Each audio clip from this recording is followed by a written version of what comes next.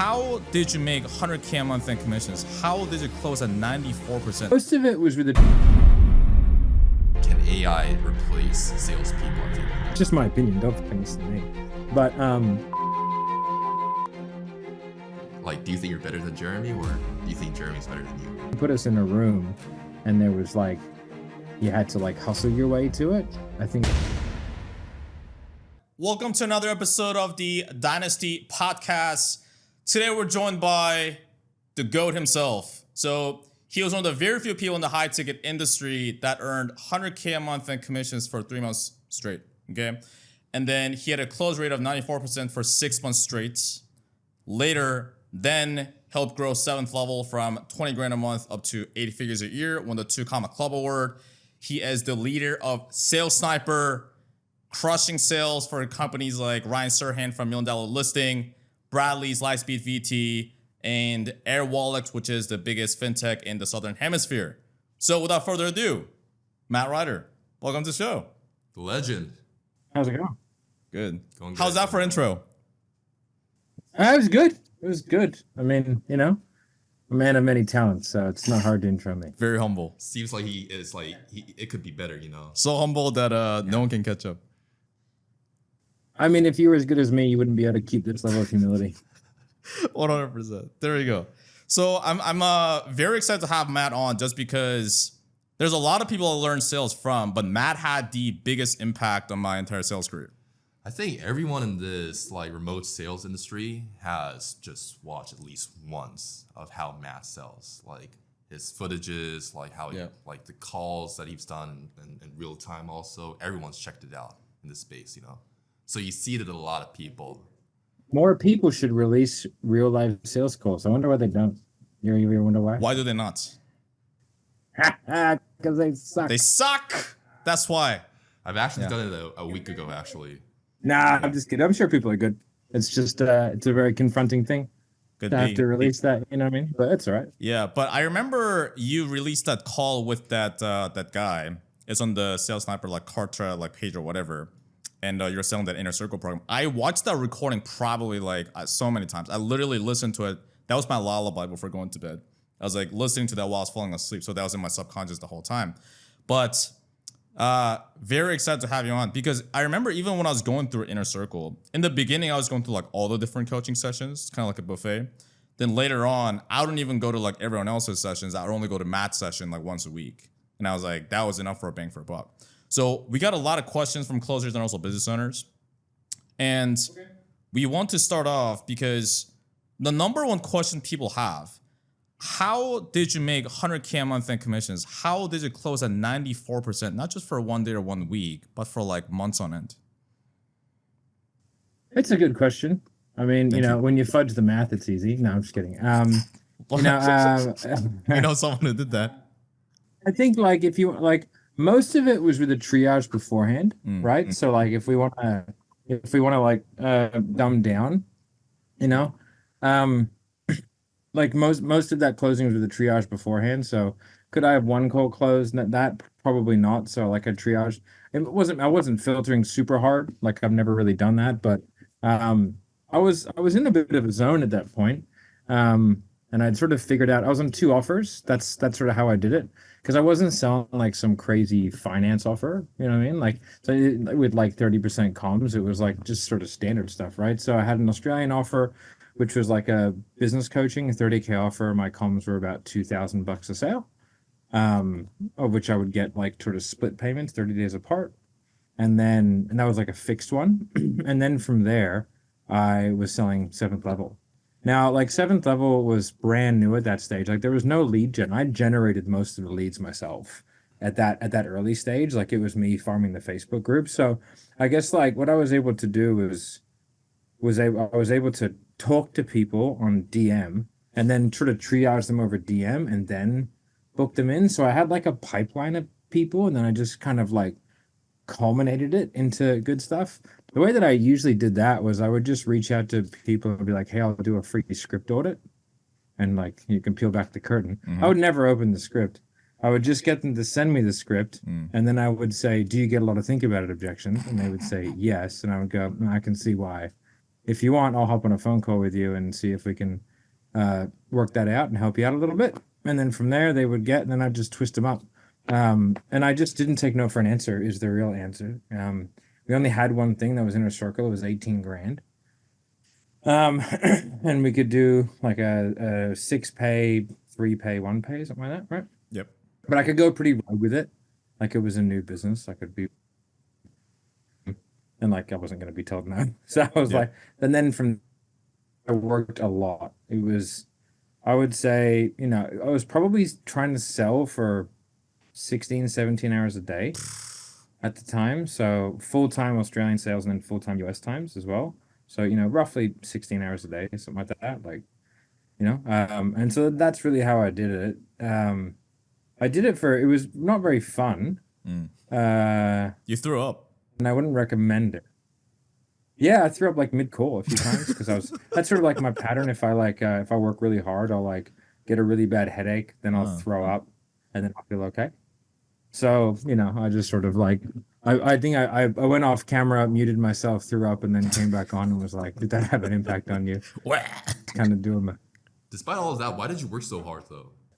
To be honest, the real reason was because like no one had really done it. Like if I had to look at like the competitors at the time, right? You know, of which I don't really see anyone as competition. That's not an arrogant way. There's just so many fucking people. Yep. You know what I mean? Like you couldn't, you know, you couldn't train them all. You couldn't consult to them all. You couldn't do done for you sales or market for them all. I mean, there's just so many, right? Yeah. But it was, you know, none of them had really done a significant level of sales on a consistent basis as a closer. You know what I mean? And so I was like, if I ever get around a room or on a podcast and it's like, hey, when you were a closer, how much did you make? I was pretty sure I was going to be the highest. You know? And so that's sort of why I did that. I felt like it would be a good, you know, here we are years later, still talking about it. Yep. Easier ways to make 100 grand a month. I'll tell you that right now. Legend. I've made less than that in a long time. There we go. But yeah, so I felt like it was a good move. I felt like it was probably gonna increase my brand equity. And I didn't really have to talk about it. It was just sort of like able to be hinted at, and then from there I would let other people talk about it. So yeah, that's really the reason why. Yeah. Yeah. I remember you messaging me about that. It's like, hey man, send me your script. And I sent you my script. That actually happened. Did you get a better objection? You didn't get me on a call though. You didn't get me on a call. Yeah. What did I do?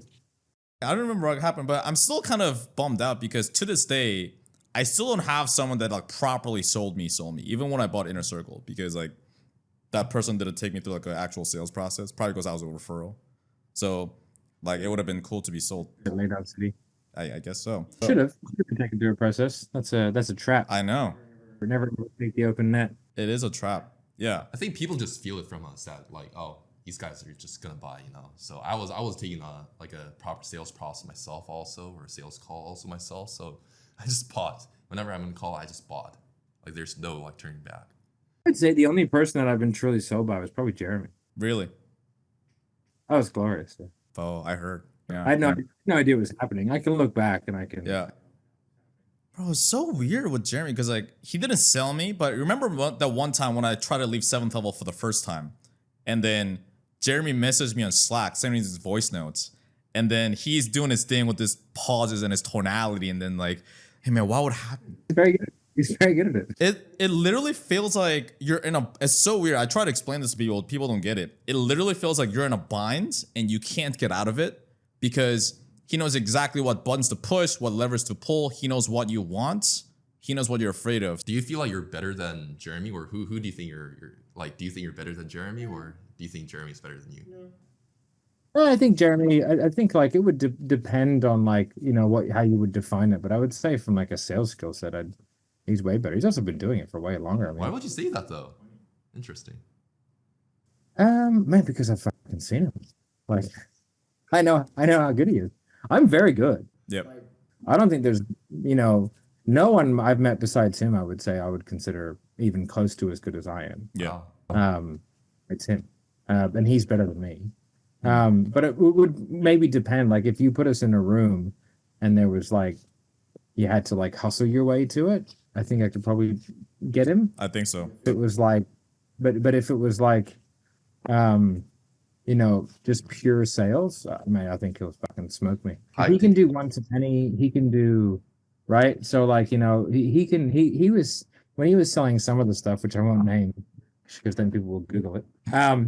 So for his own sake. Yep. But he was selling, one 10 closing 40, 50 people a week. Yeah. You know what I mean? Like fucking madness type stuff. Like his ability to do that, like I can't do that Yep. shit.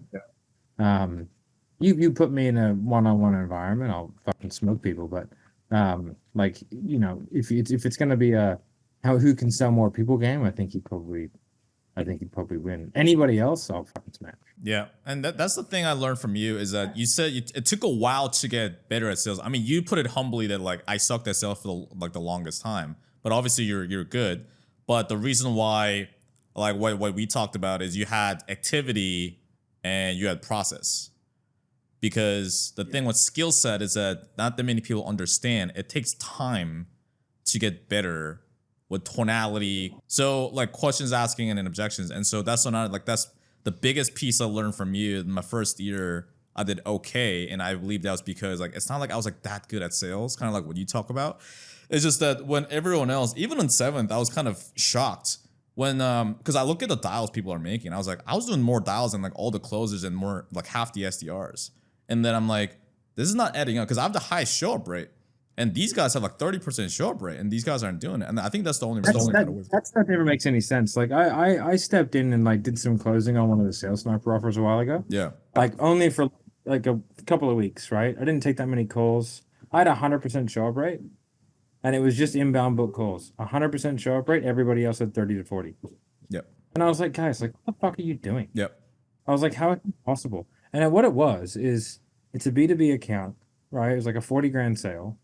And I was like, because I just wanted to figure it out because everyone was really struggling. And Yeah. it's just like going back before we came in. And so I came in and just to kind of fuck around with it and figure it out. And, I just basically, it was a B2B account. So as soon as they booked in, I go, hey, just had a look at your website, looking forward to our call. Let us know if there's anything I can provide you between now and then that'll make the call more productive. Looking forward to seeing you. And every single one of them turned up. Yep. And I was like, guys, it's just that easy. Yep. And just people just sit back and go, why didn't they fucking show up? It's so stupid, man. Like, so stupid. Like, I don't get it at all. Like, just call the people. Yep. If you want the trick to show up rates is call them as soon as they book in. Yeah. And then be like, hey, man, saw that you booked in. Fantastic. Anything you need from me in between now and then? I actually have an opening up later on today. Do you want to do that instead? Yeah, I do. All right, sweet. I'll see you then. Bye. Like, that's how you do it. Yep. It's so easy. And everyone's looking for this magic pill. It's like, just actually do something. Yeah. 100%. I just like close deals. Like that's one thing I learned from you as well is like, if I got a no-show, then like call, text them. If they still don't respond, then like bring the people that are booked like next days and bring them forward. And I found that those people actually close more in a weird way because I don't know, maybe it's in the moment, but like kind of like spontaneous, so on and so forth. It just kind of works. Yeah. Like when we were selling for Bronson, Yeah. right, I made like 7 sales in the first week because I just wanted to try it out. They're like 30 grand sales, something like that. I just did it off Just outbound. try it out. I just called the leads and just went like, all right, cool, I'll just do this. And then from there I made 7 sales. And I was only doing it like I was only fucking around. Like I think I made 10 calls, right? Like, you know what I mean? And it was just like, sweet, hey man, hey, yeah, it looks like y'all asked us to call you about this and this. They're like, yeah. And I was like, you got time now? And they're like, yeah, sweet. I was like, all right, cool. And then I just had a conversation with them for about 30 minutes and then offered them an opportunity to give me some money. And they said yes. Yeah. They just bought. They had to put up a little bit of a fight, but like I took them through, I sold them. Right. Yeah. But like, it wasn't anything crazy. Like we didn't need Zoom. It was just on the phone. Yep. And it was just an outbound. And they bought a 25 or 30K Pro, whatever the hell it was. Mm-hmm. Right. Have you used Larry? And then, you add all this friction in with book calls and stuff like that, which I think is fine. And you know what I mean? But I really think that like, if you look at most traditional sales environments, like one of the businesses I'm working with right now, they're like a very traditional like education company. And like, they're they just get leads and the salespeople call them and then they convert them into sales. Like that's how it works. And they're, averaging probably a rep per month. And they just get leads and there's no book calls or nothing. They just sell people. They're like $5,000 to $15,000 courses. They're all like, so, but it's like an old school education company, right? Yeah. So there's plenty of different ways to do it, but I think we tend to overcomplicate it a little bit.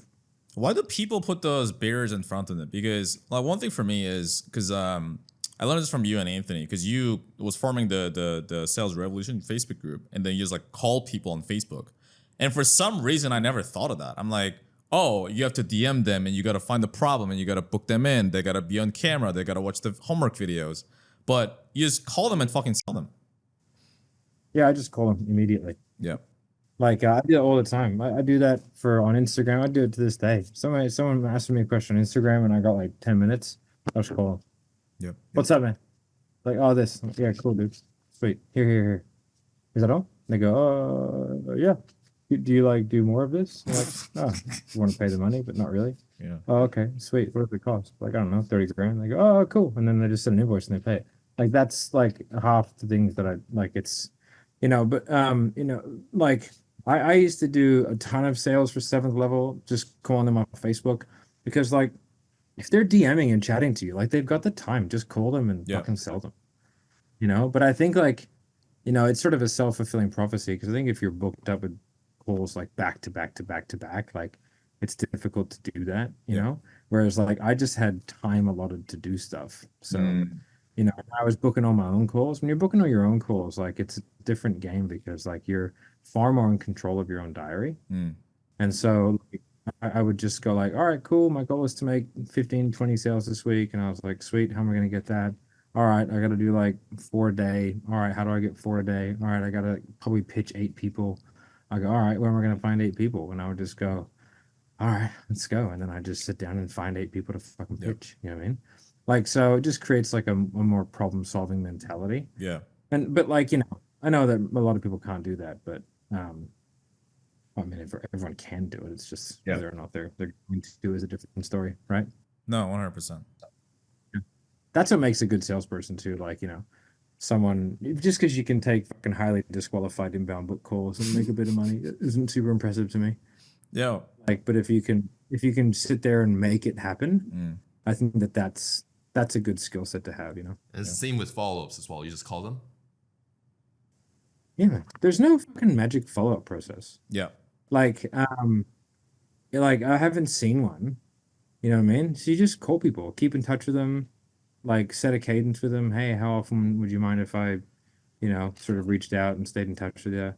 How long do you need before XYZ, right? So actually set like the next steps, but like your first goal as a salesperson is to like get them to really, really want to make the purchase. If they really want to buy it, but there's just something in the way, then like the follow-up game isn't that difficult. But it's just a lot of people aren't getting the person to really want it in the first place. So like they're just, because they're not just not sort of digging in deep enough in the sales environment. So then you're just like trying to follow up with someone who fucking doesn't want to borrow it. Yeah. Which makes it difficult. And then that's why people just don't do it, because they're not getting to the real crux of what's going on. And you say you don't, there's no like magic way to do follows, but I've seen one of your clips where you're like following with someone with like GIFs and memes only, you just speak with GIFs. And that's where I got inspired with follows as well.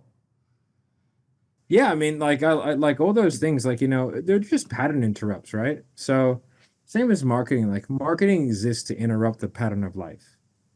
That's what it is. So when you look at like follow-up, all that is just marketing.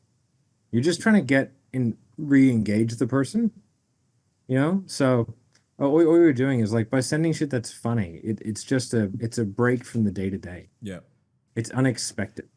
That's why things are funny. Like things are funny because punchlines are unexpected. Yeah. And so when you follow up with someone and you have like a funny meme, then people are like, and then like that'll just breaks the ice, and then from there they can like tell you the thing. It's like, shit, man, sorry, dude, I've been so busy. Like, can we catch up tomorrow? Yeah, man, no worries. Yeah. I also learned that from you because I was also there's another component which is being omnipresent, right? Because a lot of people just do like text, emails, and calls, and if they don't respond after like 1 or 2 times, they just give up. But what you do is like you just hit them from fucking everywhere, right? Find their Facebook, find their Instagram, find their like.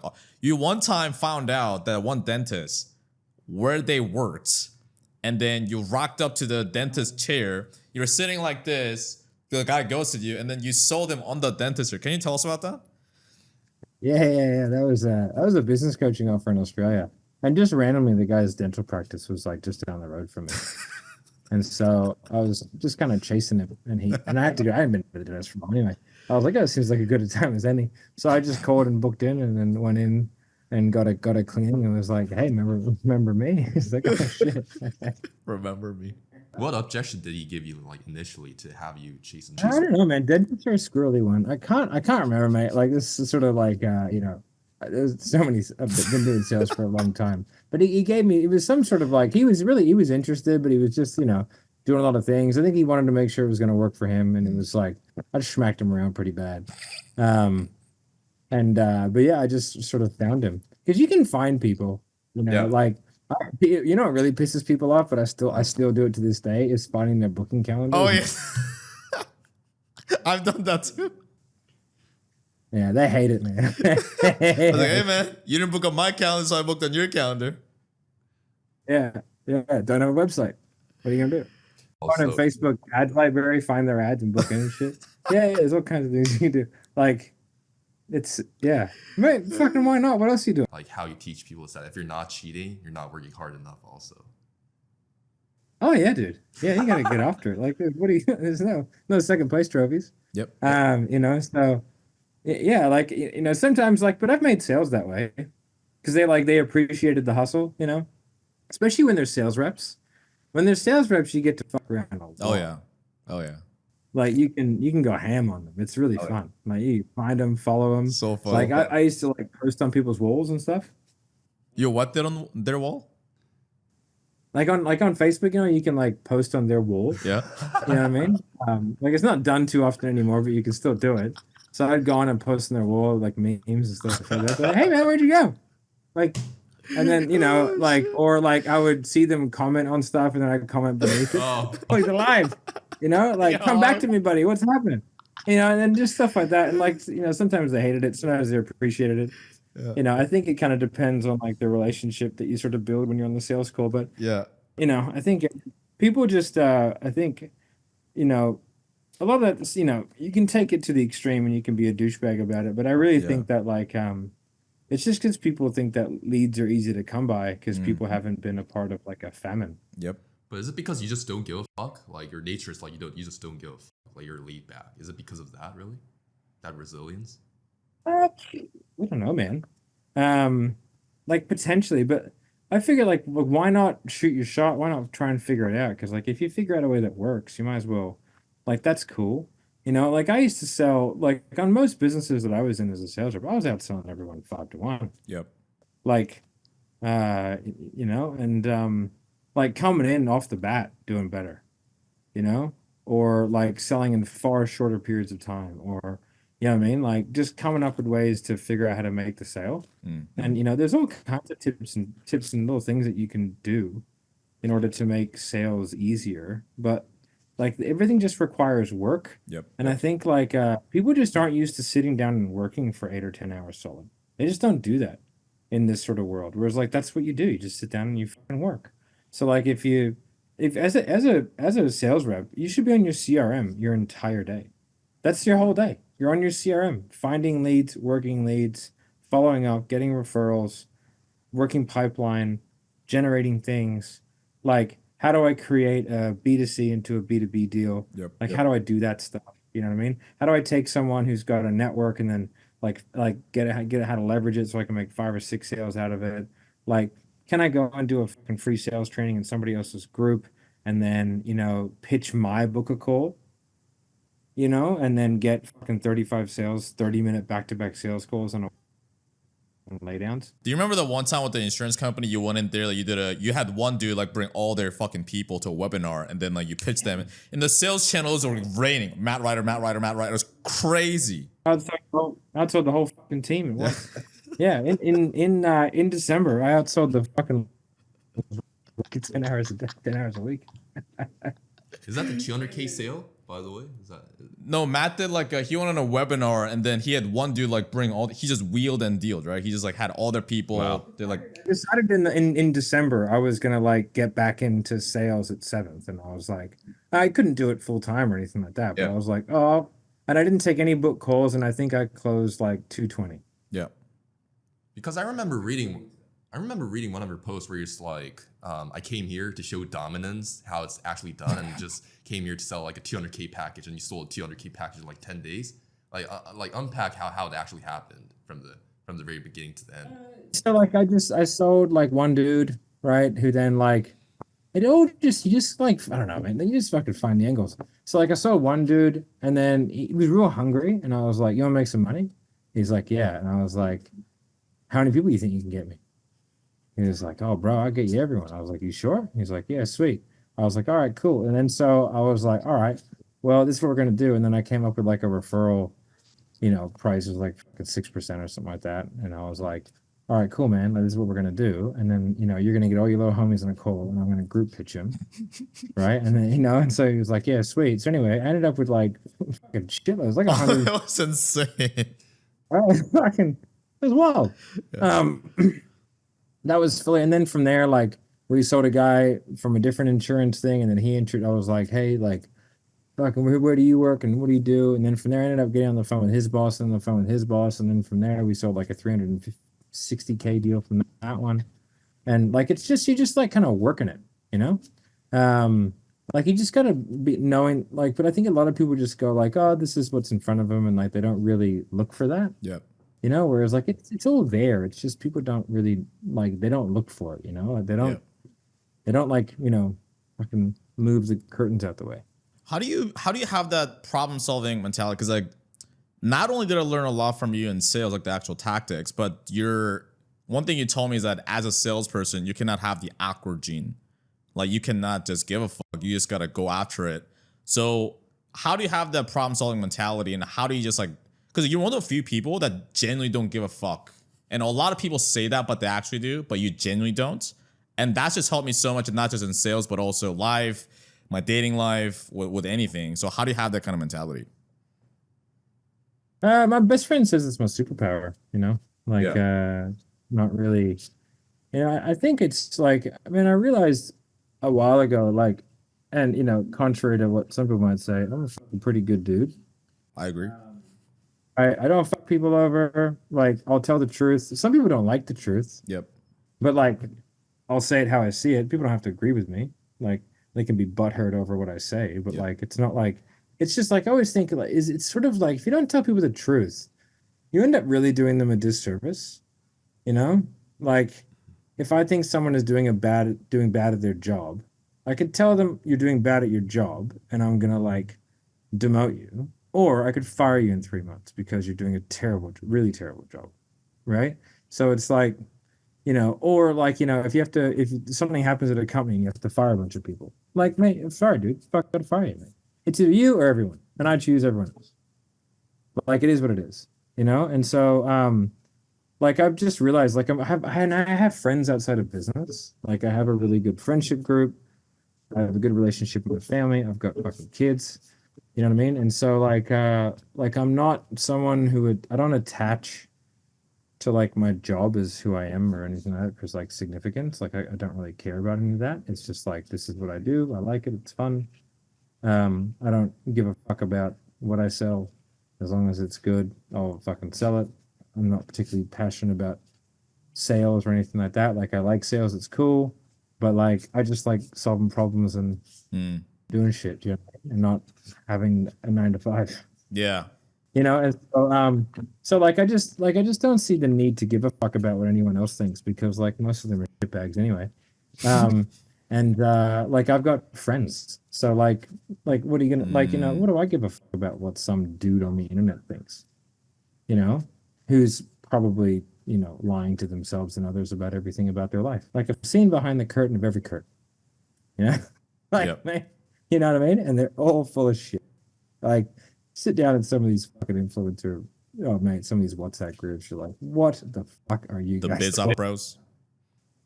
What a load of shit. Mm. You know, like, and you know, and so, and like, yeah, more power to him, mate. Fucking go make your money. I don't give a fuck.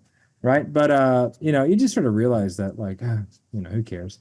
And then also, like, you know, money doesn't really matter. You just make as much as what you need to and what you want to, you know, but making more money certainly doesn't make you a better person or more important in any way, shape, or form. It just sort of makes you someone who's better at making money. But Yeah. like, you know, in the same way that someone who bench presses a lot is just stronger and better at bench pressing, doesn't make you a fundamentally better person than anybody else. Yeah. So, you know, I think the big one is just like, I'm just cool with who I am as a person. I know my flaws, like I'm good at some things, bad at some things, but like, fuck man, if people want to call me a dickhead and not hang out with me, like that's cool. I've got heaps of friends. You know, I got friends that have fucking bury the bodies for me. You know what I mean? So like, you know, we're all pretty tight group of people, and I've done hard shit. You know, like, Yeah. no sales, nothing in sales is particularly difficult. Like, there's skill in the same way, like being really good at a video game is hard, right? But it's the same thing. It's just like, you know, it's not like it's arduous in any way, shape, or form, right? So, Yeah. it doesn't make you like some sort of fucking alpha dude to be able to sell people. That's for sure. You know, I used to fucking kill people for a living. Yeah. And I was pretty good at that. You know, so doing this stuff is like, it's cool, man. Yeah.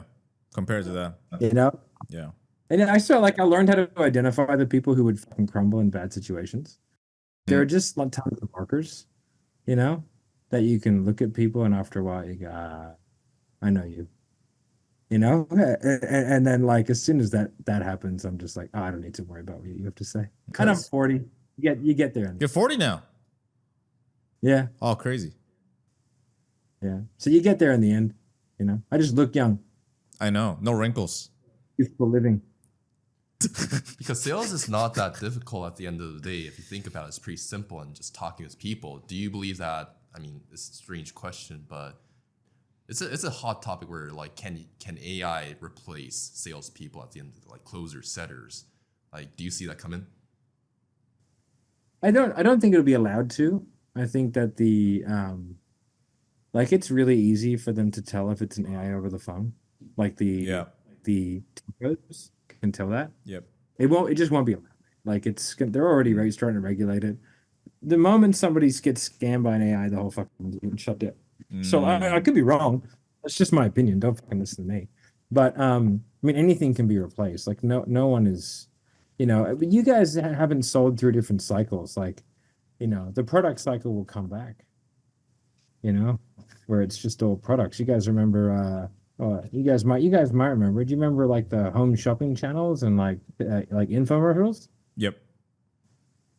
Yeah, man. Like, that's the next that'll just come back. No, I get it. It'll be the internet version of that, and it'll be 997 products that people get fucking shipped to their house, and that'll be it. You know what I mean? And then, like, it'll just be upsells at the back end of that. That's what the salespeople would do. That's what will happen over the next few years, I'm sure, because, like, those are just cycles that happen. Yeah.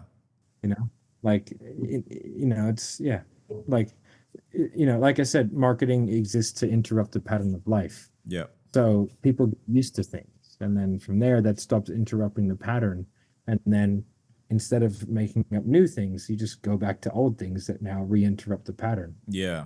You know, so it's just a cycle, which is why, like, triages came and left. Yep. You know what I mean? The need for them, right? And then it was like, you know, it all swings and roundabouts, right? Like, the next election will be interesting. I've sold through an election before. It's interesting what happens. People are going to learn some shit, that's for sure. But yeah, it's all just kind of swings and roundabouts, you know? Yeah, 100%. It's kind of like the low ticket, high ticket thing, because people used to be raving about low ticket, then it's like, no, high ticket's the way, and now it's like low ticket's back on. So it's about cycles. Let's talk about SDL Call Center, because huge, big venture. You spent a bit of a change, like a penny and a half, trying to build that thing. How much did you spend? Can you disclose that?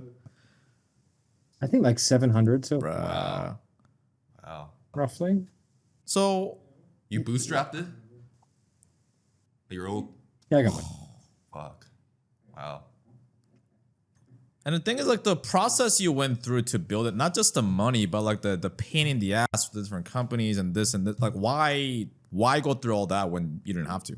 Interesting one. I mean, I think it's like again, I think it's if I have a look at like business models, like this one will hit. Like we're oversubscribed in our first intake.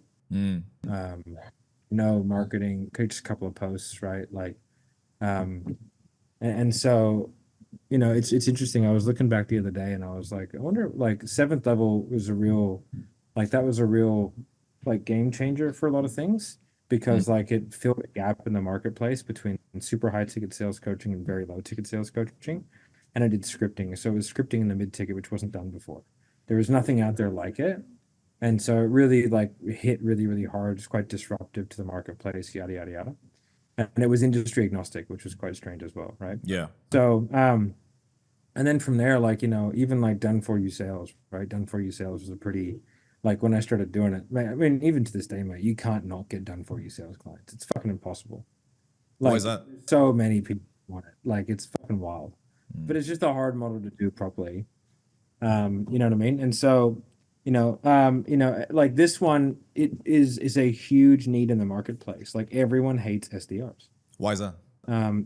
Even SDRs hate being SDRs. Why do they hate? Well, I mean, sit there getting paid, $2-3 grand a month and 1% to fucking listen to a dial tone 7 hours a day on a system that has a 1% fucking pickup rate, like, which is exactly what most places have, between 1% and 3% pickup rates. Yeah. Right, because they're fucking piggybacking, and they're lucky to get that. Because they're piggybacking on fucking broken systems that are not meant for that. They're meant for like in and out, having, like, setting up Zoom calls. Like, that's what they're meant for. They're not meant for fucking $17,000 a day, and so, like, they just break, and then there's no transparency. Like, you don't know if they're working 10 hours or 1 hour. You have no idea. No. Right? You can't tell the pickup rate. You have to, like, wizard shit to figure it out, and even then it's not accurate. And you can't and, like, you can't really, you can't force them to do the admin. There's all kinds of shit. Like, your speed to lead, people are like, we have fucking bullshit, you have a 5-minute speed to lead, motherfucker. Like, you can't set it. You have to rely on the guy doing it. So you're gonna rely on the guy that's remote, playing Xbox with his dick in his hand, who's done fucking $7 in the last 3 days, to, like, call your lead within 5 minutes? Yeah, mate. All right, keep dreaming, dude. Right? So I know, because I've done this. I've played that game, and I've banged my head against the fucking wall trying to get people to do it. You just can't do it, man. Like, it doesn't happen. So I was like, there's got to be a way to fix this, because, like, my exact say, so, mate, call centers can't be going through this. Otherwise, they'd all be broke. And I know call centers that do $60-70 million a year. So it's like, how are they doing this? And so then I went out and started doing a lot of research into call centers. And turns out, like, there are two main types of call centers. There's, like, long-term call centers and short-term call centers, right?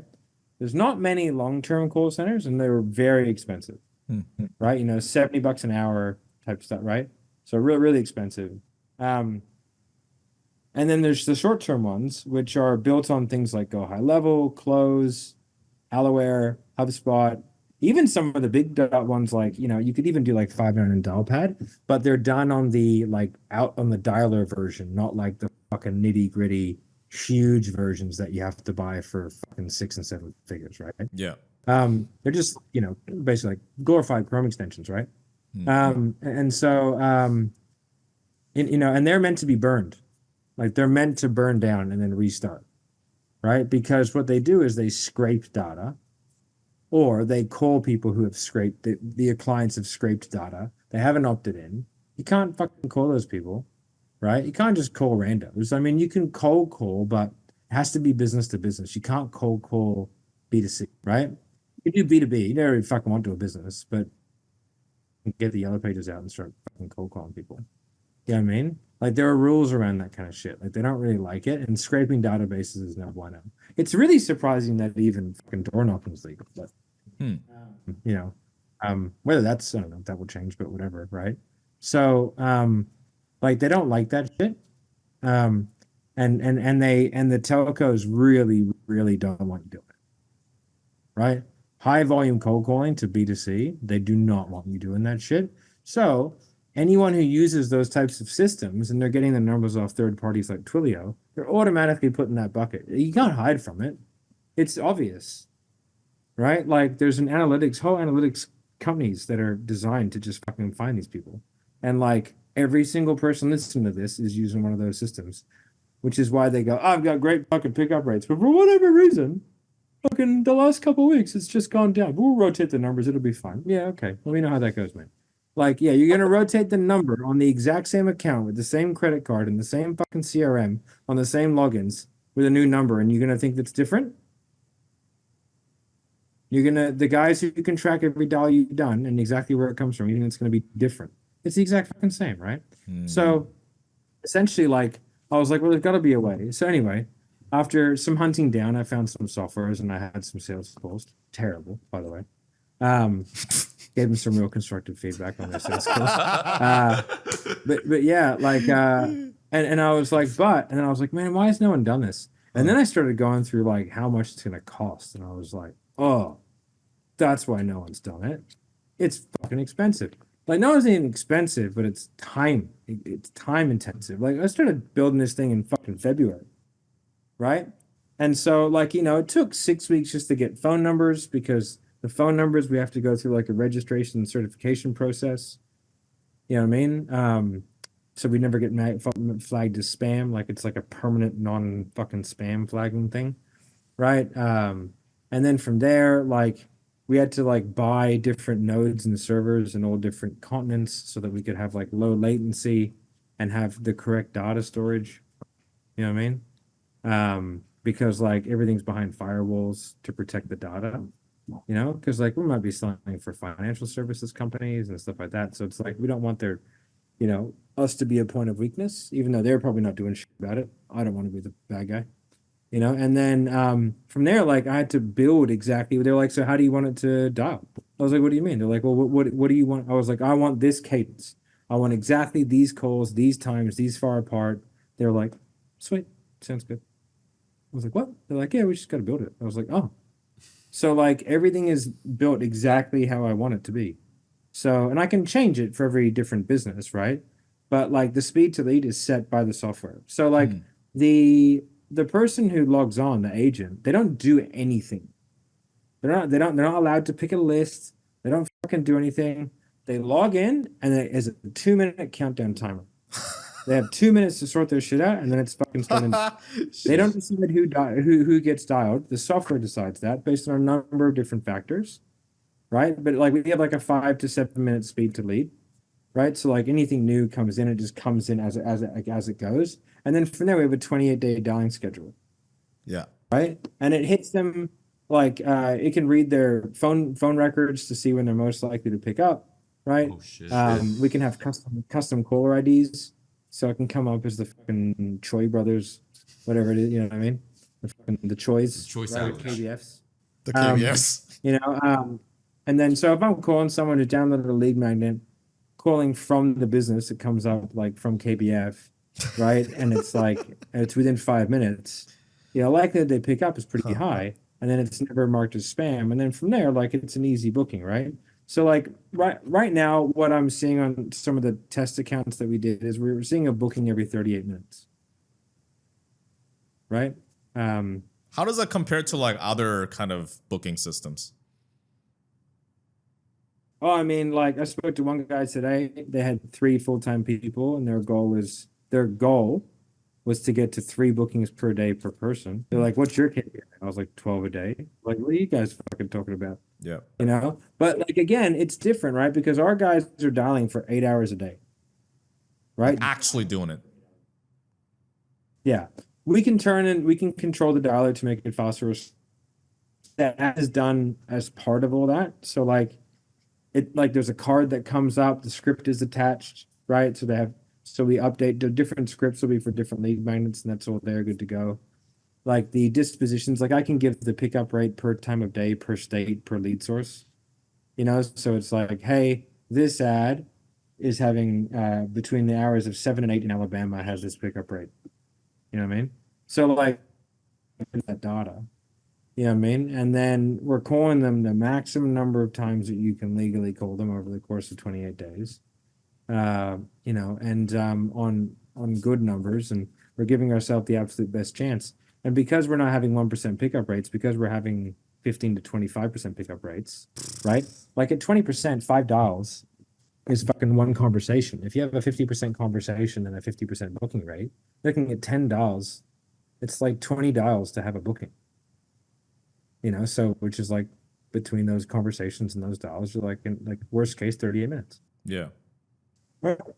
So, you know, that means that someone can easily do fucking 10 a day.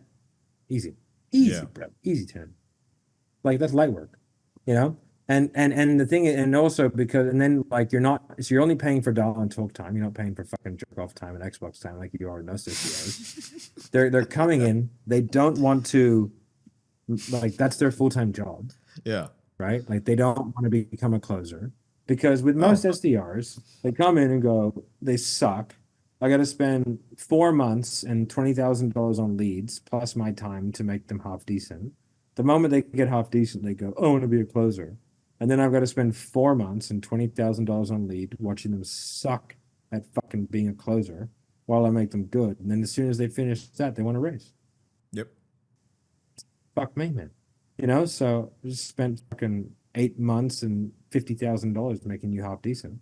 You know, so like give me a fucking ROI.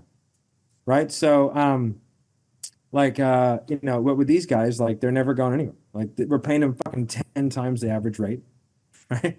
And so they're happy as shit, sending us more every day. They sit there and fucking dial the house down. We had the same team before we had this service finish. These guys were doing $12,000 a month per person. Yeah. Oh. You know, we were getting 180 to 220 bookings per person, right, on a shit system. Right, and then so what I decided to do is like, well, fuck it, what we'll do is just have them pay per hour, not per person. So if you have a intense lead flow, fuck it, we'll do 100 hours a day, whatever, man. I don't give a fuck, right? Or if you have an event, we can come in, we can bang out 700 hours in the first week, and then nothing for 3 weeks.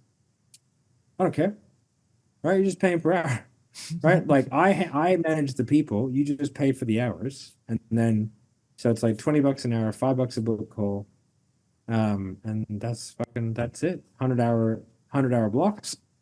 Right, with a minimum 100 hours a month, so minimum $2,000 a month.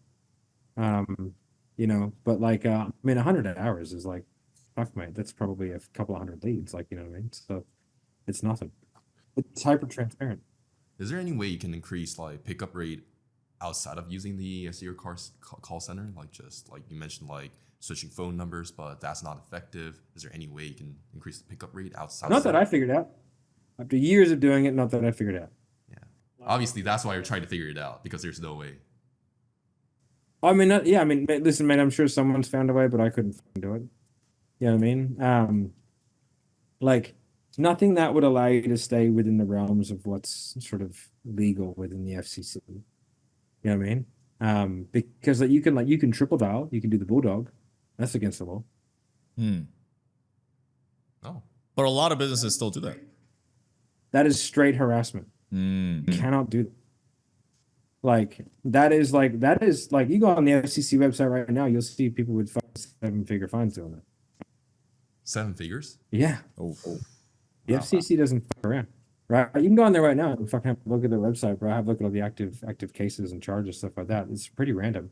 But like, you know, they don't want people harassing people on the phone. They don't want people fucking calling them like 20. Man, if you have like 4 people call you in a day, like, that is a legitimate court case. I didn't know any of that shit. Yeah.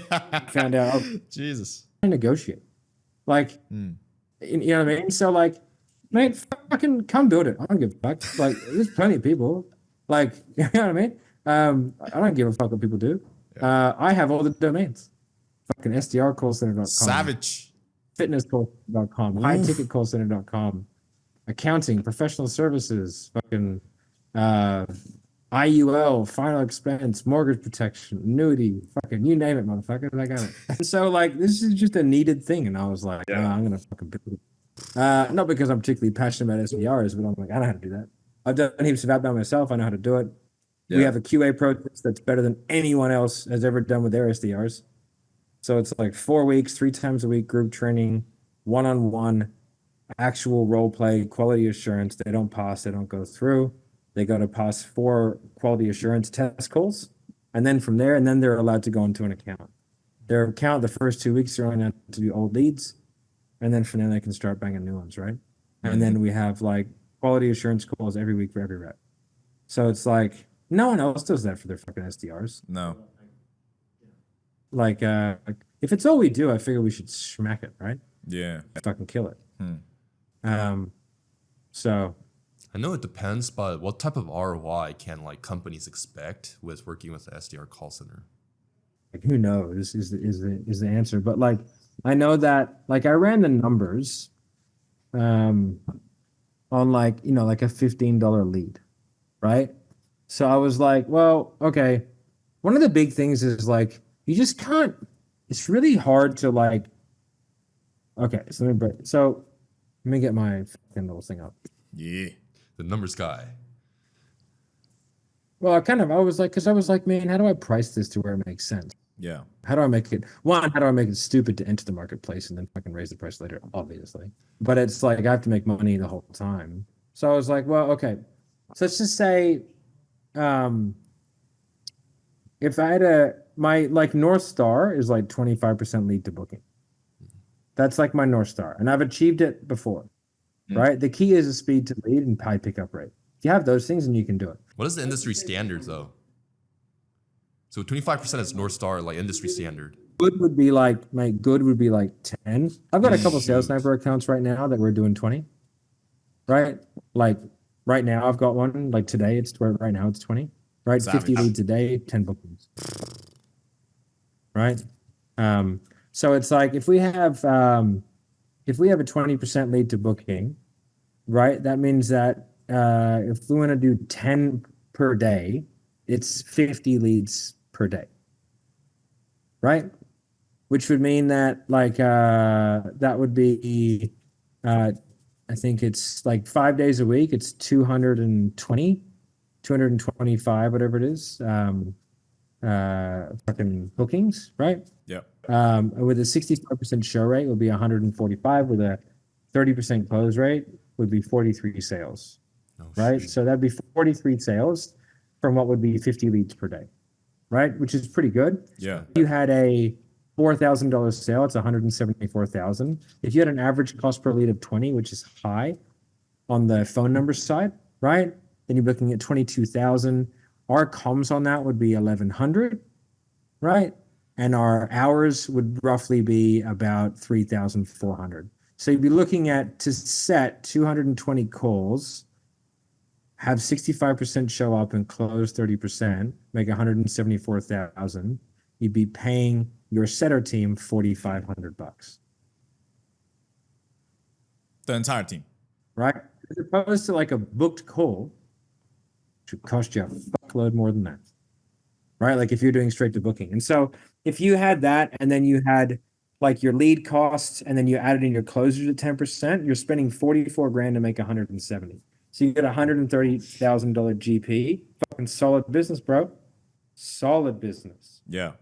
Right? Because now you're only paying, you're paying fucking well under $100 a book call that shows, and so like, whereas you're going to be paying $150 a book call if you're just booking calls straight from the funnel, right?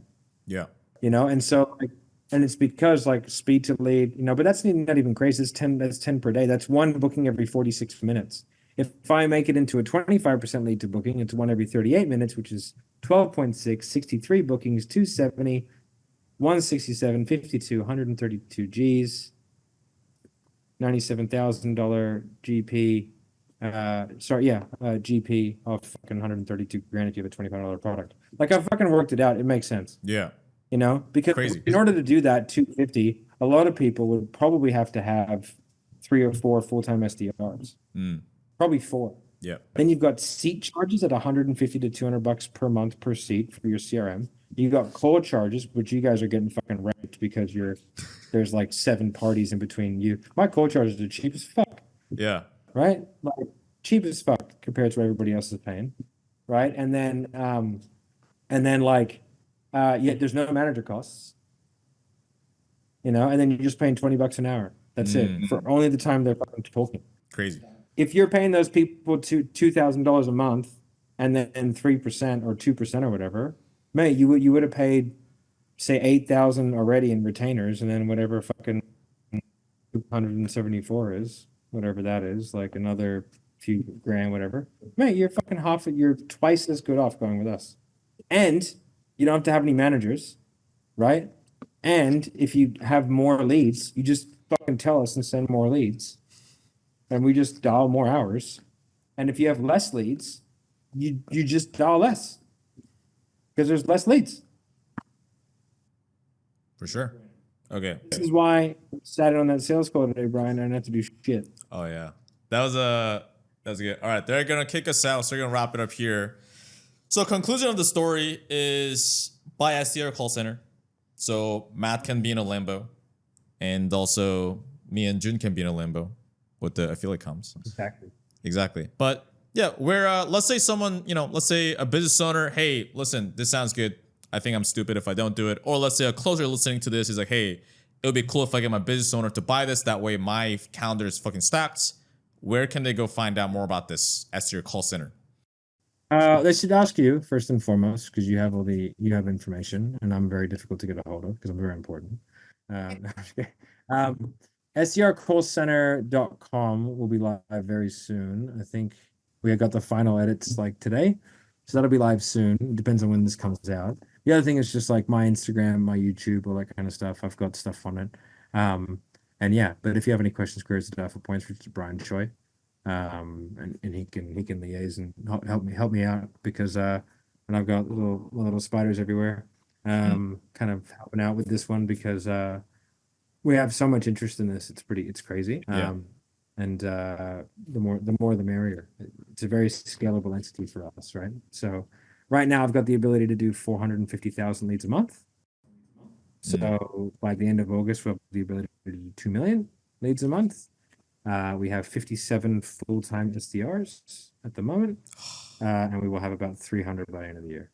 All right. So if you're watching this, all those links will be in the description box below. Go follow Matt. Well.